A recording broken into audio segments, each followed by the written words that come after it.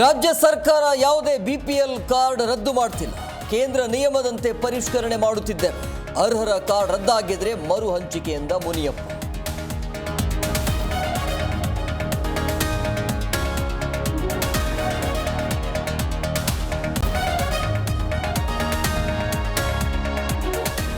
ವಕ್ಫ್ board ವಿರುದ್ಧ ಸಿಡಿದೆದ್ದ ಕೇಸರಿ ಕಲಿಗಳು. ಜಿಲ್ಲೆಯಲ್ಲೂ ಸರ್ಕಾರದ ವಿರುದ್ಧ ಪ್ರತಿಭಟನೆ. ಚಿಕ್ಕಮಗಳೂರಲ್ಲಿ ಸಿಟಿ ರವಿ ನೇತೃತ್ವದಲ್ಲಿ ಅಹೋರಾತ್ರಿ ಧರಣಿ.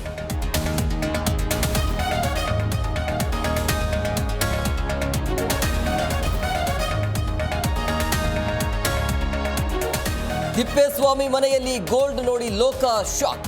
ಚಿನ್ನ, ಬೆಳ್ಳಿ, ವಾಚ್, ಆಸ್ತಿ ಪತ್ರ ನೋಡಿ ದಂಗಾದ ಅಧಿಕಾರಿಗಳು. ಮನೆಯಲ್ಲಿ ಮುಂದುವರೆದ ಶೋಧ.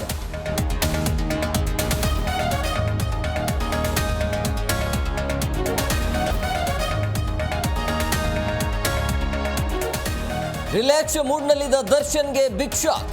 ಕೊಲೆ ಪ್ರಕರಣದ ಹೆಚ್ಚುವರಿ ಚಾರ್ಜ್ ಶೀಟ್ ರೆಡಿ. ಇಂದು ಸಂಜೆ ನ್ಯಾಯಾಲಯಕ್ಕೆ ಸಲ್ಲಿಕೆ ಮಾಡಲಿರುವ ಖಾಕಿ.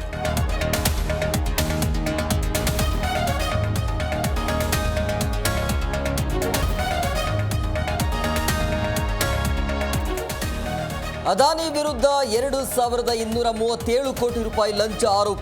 ಅಮೆರಿಕ ಕೋರ್ಟಿಂದ ಅರೆಸ್ಟ್ ವಾರೆಂಟ್ ಜಾರಿ. ಅದಾನಿ ಗ್ರೂಪ್ ಷೇರುಗಳಲ್ಲಿ ಭಾರೀ ಕುಸಿತ.